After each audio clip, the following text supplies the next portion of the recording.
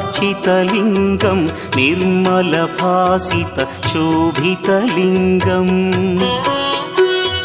जन्मज दुःखविनाशकलिङ्गं तत्प्रणमामि सदा शिवलिङ्गम् देवमुनिप्रवरार्चितलिङ्गं कामदहन करुणाकरलिङ्गम् रावणदर्पविनाशकलिङ्गं तत्प्रणमामि सदा शिवलिङ्गम्